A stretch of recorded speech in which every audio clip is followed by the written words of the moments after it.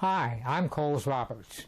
You're about to see a movie on raising apples that was taken in our orchards in Southampton, New Jersey from the late 1950s to about 1980. But first, some history. We have hanging on the wall at home an old fruit tree catalog. It's a single sheet from a nursery that used to be near Morristown, New Jersey. There's no date on it, but I know it's pretty old because Morristown was two words then, Moorestown. And the catalog describes the nursery as being 8 miles from Clippers Ferry, which we now call Camden, on the stage road to Mount Holly. And there's quite a list of apple varieties on this old sheet, 52 of them. But I've only heard of a few, and I'd be surprised if more than half a dozen are even being grown today, because all of the apple trees came over from England and from Europe. In fact, the only apples native to North America were crab apples. But many of the apples didn't do well here. The climate was different for various reasons. So when the country was young, they didn't have many good apples. Then in the 1890s, on a farm in Iowa, an entirely new variety was found. My son and I visited the site of that about 1970, and I'll give you the story the way the man who was farming that land then gave it to us. A man named Jesse Hyatt was farming the land in the 1890s, and he was keeping some apples in his cave. They call them caves. They're man-made affairs, mostly underground. Most of the farms in the Midwest had them. We would call them tornado shelters, which they are, but they're as cool as any cellar, and before they had refrigerators, they kept food in them. Well, some of these apples spoiled, he threw them out. Some of the seeds sprouted and trees grew. Some of the trees bore fruit. There's nothing unusual about this. This is nature's way. But it is unusual for a tree that's grown from a seed this way to grow apples that are any good. But one of the trees had good apples. They were different from any Jesse Hyatt had ever seen before. It was a pretty red apple. The skin was smooth and shiny. It was tasty and juicy with a flavor all its own. And it wasn't quite round. It came to 5 knobs on one end. Well, he liked this apple. He thought it really had possibilities and named it Hawkeye for Iowa, the Hawkeye State. But he wanted to see the variety grown commercially, so he sent some to a fruit show in Kansas City. The purpose of this show was to try to discover new varieties of all fruits. But he was disappointed when nobody contacted him about these apples. But what he didn't know was the white of egg that he used to fasten his name on with, because he didn't have any glue, didn't hold. Nobody knew where the apples came from. So the next year he sent some more, and he went along himself. And a nurseryman named Stark was there waiting for him, hoping that the apples that had caught his fancy the year before would be there again. And he bought that tree from Jesse Hyatt, and he built a fence around it, and he gave it a new name, Delicious, which I'm sure most of you have heard of. It became the leading apple in the world, and he began to cut buds from it, and was soon selling trees everywhere. Then in the 1920s, in an orchard of these Delicious near Mullica Hill, New Jersey, there was one tree, the same as all the other trees except for one thing. On one limb of that tree, the apples were redder. All of the apples were redder. Every year they were redder. This was found to be a sport, a mutation. It's kind of a freak of nature that happens once in a while, when a tree, or sometimes a single limb, as this was, develops a new characteristic. Often it's worse, but sometimes it's better. And it's kind of a rule of nature that all of the trees that are propagated from this tree or this limb will have the new characteristic. They are clones. The same nursery from Missouri, Stark Brothers, heard about this tree and came to see it. They liked it and bought it. They paid $6,000 for that one tree and named it Starking Delicious. They built a cage around the whole tree and placed an armed guard beside it and began to cut buds from it, and were soon selling trees far and wide. Since then, very few of the old-fashioned delicious trees have been planted. None are being planted today. And this has happened many times in all varieties. Most of the apples available today that have the old-fashioned names, like Delicious or Stamen Winesap or Rome Beauty, are sports or strains from the original variety. But the search for new varieties will never cease. And if $6,000 seems like a lot to pay for one tree, in 1958 Stark Brothers paid $25,000 for another strain of Red Delicious. And in 1963 they bought a Golden Delicious for $51,000. We made our livings growing, packing, shipping, and selling apples, and I have a movie here of most of the things we did with the apples until they left the farm. Although this film was taken in our orchards, the same machinery, same operations were used in orchards all over the country. But this was taken up until about 1980, and there are many newer, better, more modern techniques in use today. So this film is history. But let's take a look at how apples are produced.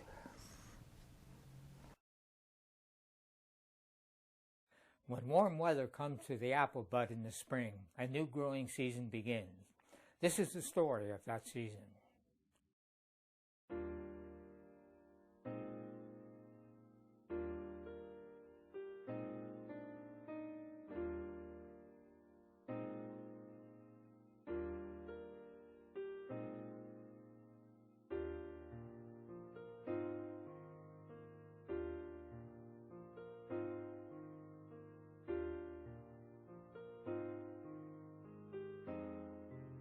Our finished product was a bag of apples.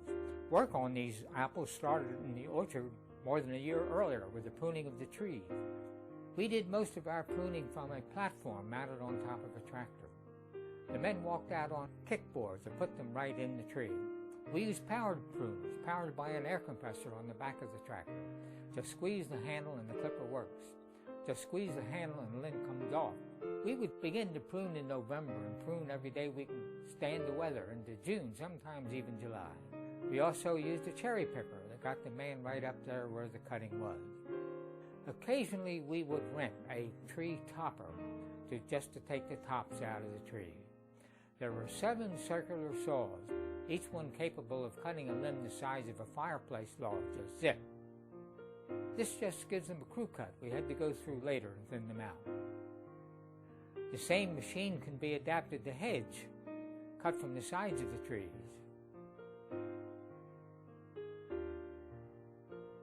For a while I thought this would be the last picture I'd ever take. When we're through, the ground's covered with brush we had to get out of our way by either raking it out into the middles or we would use an air blast sprayer to blow it out.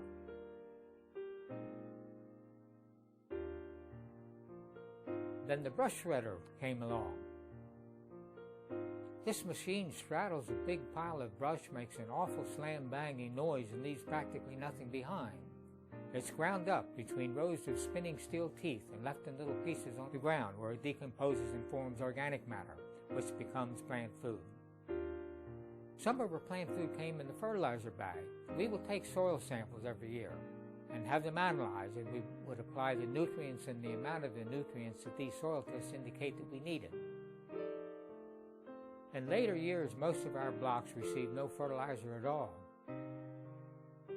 Similar equipment is used for spreading lime, which is also applied according to soil analysis.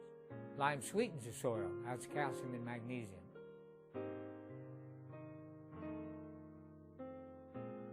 No matter how productive an orchard may have been in the past, no matter how many good crops of fine apples it's produced, the time will come when it has to be removed. My father planted this orchard before I was born, and it grew many good apples. But the trees were getting old, the variety was no longer desirable, so it had to come out.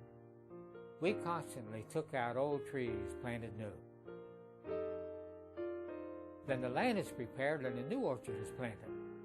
All fruit trees are propagated. They take a twig or a bud from the variety desired and graft it or bud at the rootstock. If you took a seed and planted it, you'd get an apple tree, but the chances of the fruit being anything desirable are very slight. The trees that Johnny Appleseed planted from seed beautified the countryside, but I'm afraid the fruit from many of them was disappointing.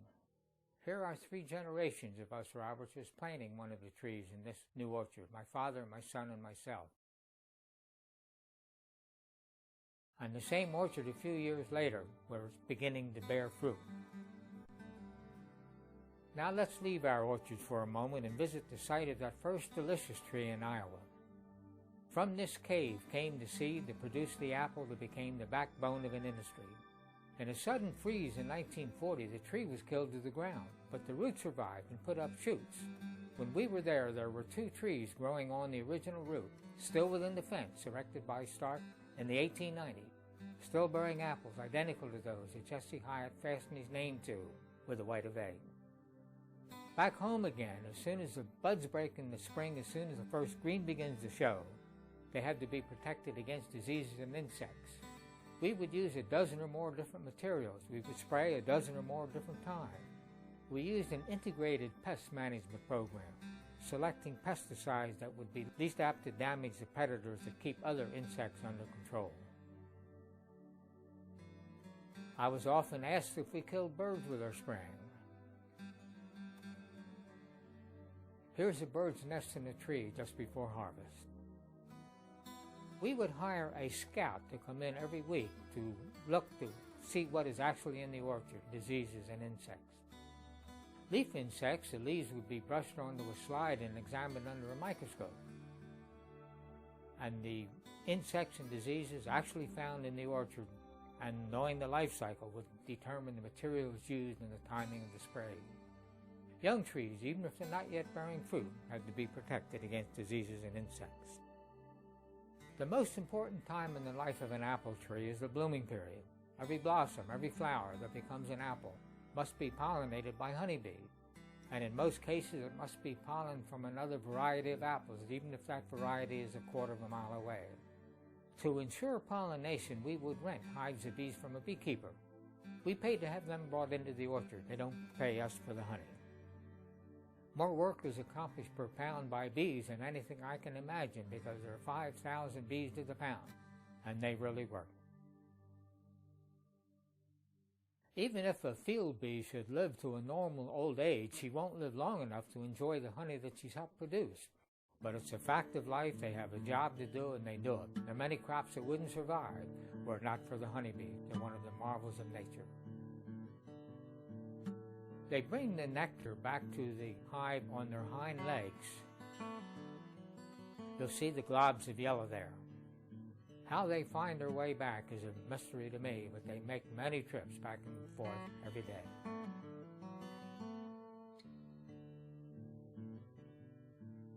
The hive is air-conditioned, but they have to cool it themselves, and it's this one's job to fan the entrance. There'll be many more inside the hive doing the same thing.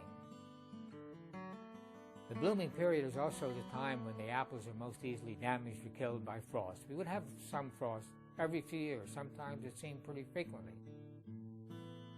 Occasionally we would try to prevent damage by burning old tires early in the morning. This particular time we didn't have any damage where we burned old tires that morning. In fact, we didn't have any damage where we didn't burn them either, so we could have stayed in bed. But we were never sorry when we worked a good part of the night, even if it was for nothing, because we knew we were doing what we could when we thought we were in trouble.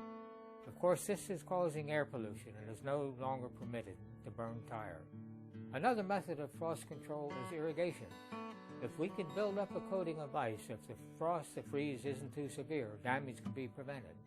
But once we wet the trees, we're committed to it. We have to keep putting water on until the ice is completely melted the next day. This is on peaches. Many other crops, strawberries, cranberries, blueberries, are protected with irrigation.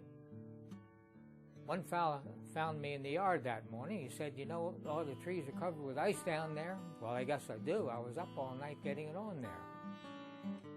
This particular time, it turned windy, and we should not have irrigated then. It built up a tremendous coating of ice.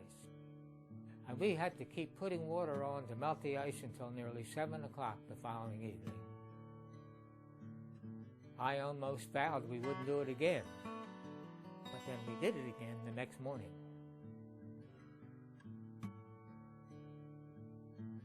There's some tree breakage, but in a couple of years they've grown out of it.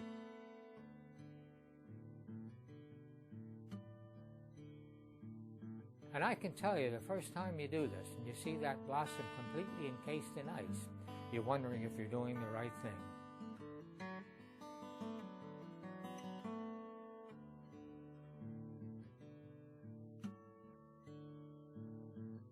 We kept some of our equipment for a long time. Then all too soon, the blooming period is over. We like to keep the ground bare under young trees especially, so all the moisture and all the nutrients will go to the tree. This is a tree tiller that reaches out under the limbs and stirs the ground beneath. Much of this is now done chemically with herbicide. We use a rotary mower, like a big lawnmower, to cut the growth between the rows. And the hay-type mowing machine that reaches under and cuts the growth beneath the trees. Several varieties of apples, Golden Delicious especially, have a tendency to bear biennially, a tremendous crop one year but practically no apples the next. We can overcome this by thinning the year they're heavy. Most of this is done chemically, but some is done by hand. At first, Jose here thought this was a mistake. He didn't want to do it. He'd rather just look at the job. But since we were paying him anyhow, I guess he thought he should look like he's working. We finally convinced him it was the thing to do. We told him he should never look at the ground. But after a while he did look at the ground, and this is what he saw. This may seem wasteful, but we can grow more better apples this way.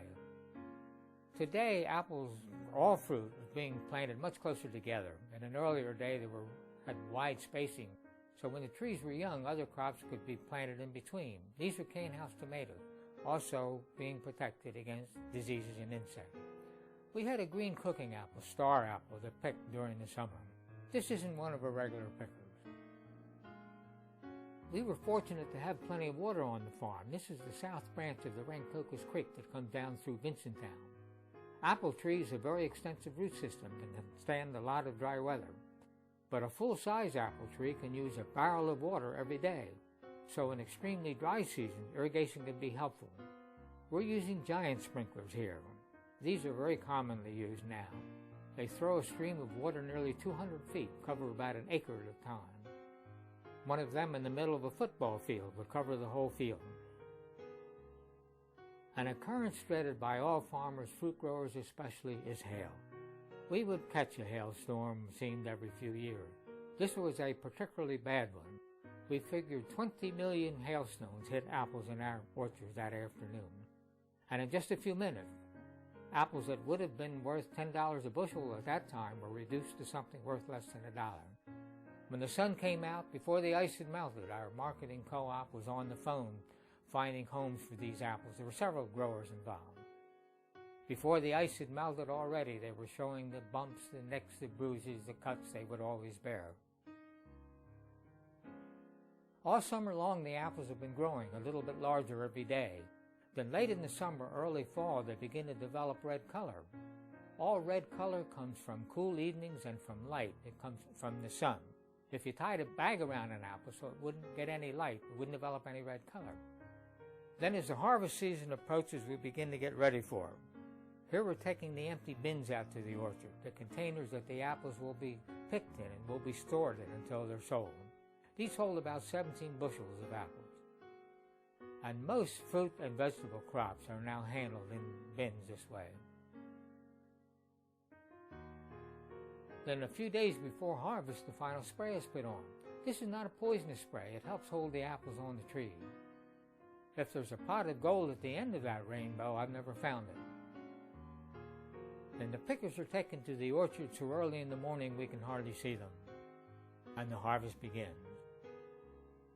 Most varieties are picked at least twice. We'll go through the first time picking the apples that are red, the one with enough color, the one that have gotten the light around the outside and the top of the tree. We use picking buckets. It's strapped right on.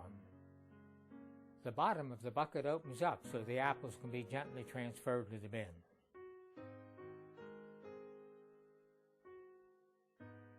We thought we'd better give this fellow some more instruction.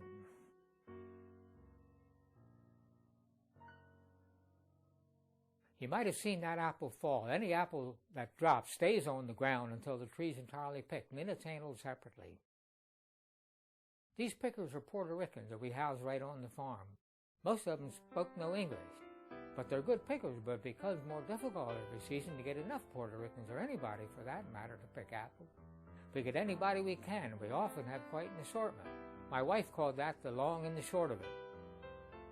This man wore a mask. We didn't know who he was. These were too small. We had to send them back. When the bins are full, they hold over 750 pounds of apples.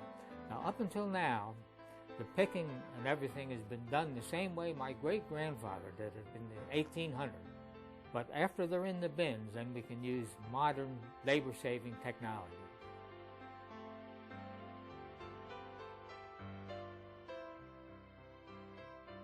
There go about 80 bushels just like that. There comes a time every harvest season, every October, when most of the apples are picked, When it seems all the apples are ready to pick at once, we can't get them off fast enough. It becomes a race against time, and everybody has to hurry.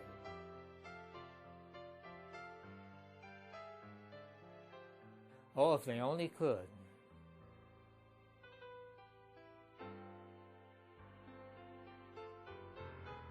Then they'll go into storage. We stored most of our apples in storages right on the farm, as do most growers. A lot of work is being done all over the country to develop mechanical harvest of all fruits and vegetables. Here is a machine being used at Larchmont Farms when they were in Masonville to pick apples up off the ground, which it did. In fact, it picked up anything that was there, sticks, stones, bottles, everything.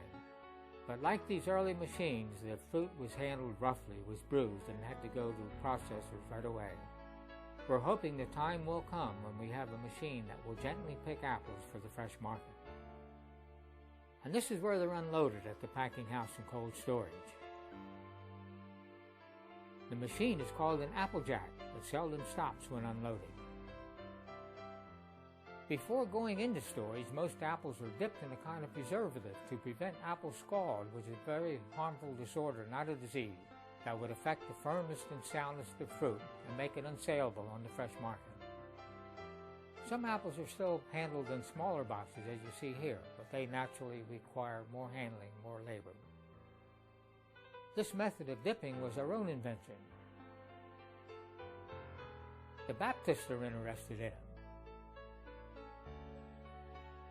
Then they would go right into storage while they were still wet. Once in a while, I like to get on one of these forklift trucks too to help the fellas out and display my skill. Yeah, I was younger then.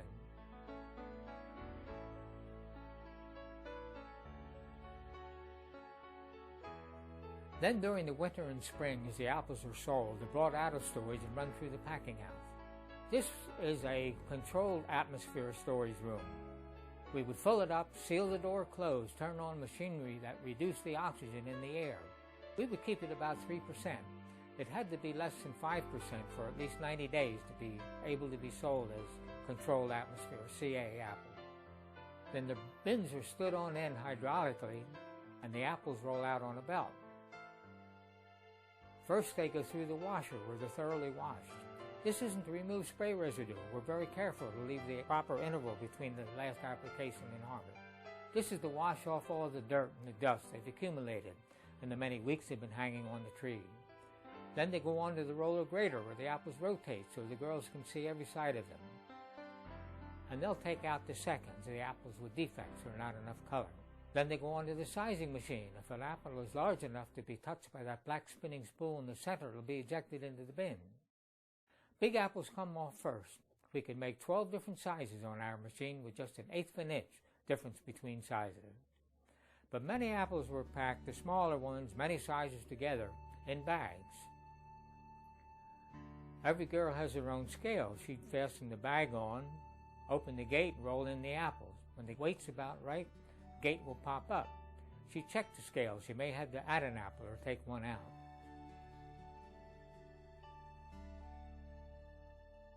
Then a little label goes in identifying it.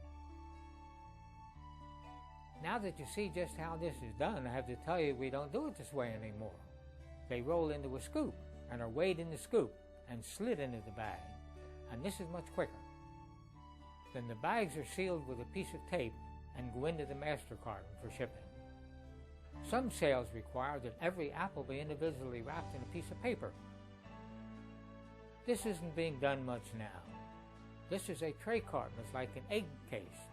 There is a tray for every layer and a cup for every apple. They can even be shipped overseas in this container. We put some apples into our own cider. They've already been washed and sorted, then are dumped into the bin and go up the elevator into the grinder. And this is how cider is made. They take a nylon cloth and spread a layer of ground up apples on them. When they come out of the grinder, they're very fine, like applesauce.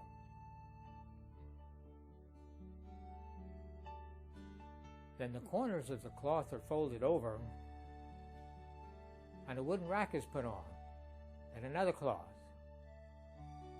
Cider was made basically this same way for centuries. It's only been relatively recently that there's been a better method. There's now a continuous process. This is a batch process. Then they're rolled under the press and the hydraulic pump is turned on, and they get a 35-ton squeeze and the cider really poured. When cider first comes off the press, it's kind of a whitish yellow, the same as an apple is when you cut it. But the same as a cut apple will turn brown in a few minutes, so will cider. Then it goes through a strainer and is pumped upstairs into stainless steel refrigerated tanks. Then 2 men spend 2 hours washing up afterwards. Some apples are moved in bulk in vans to cans. Some are shipped to other cider mills, dumped loose in a big trailer. This trailer will hold enough apples to make 3,000 to 4,000 gallons of cider.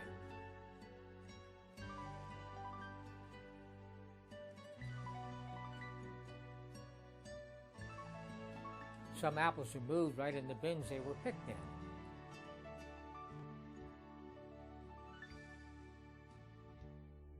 We sold some in our own retail sales room.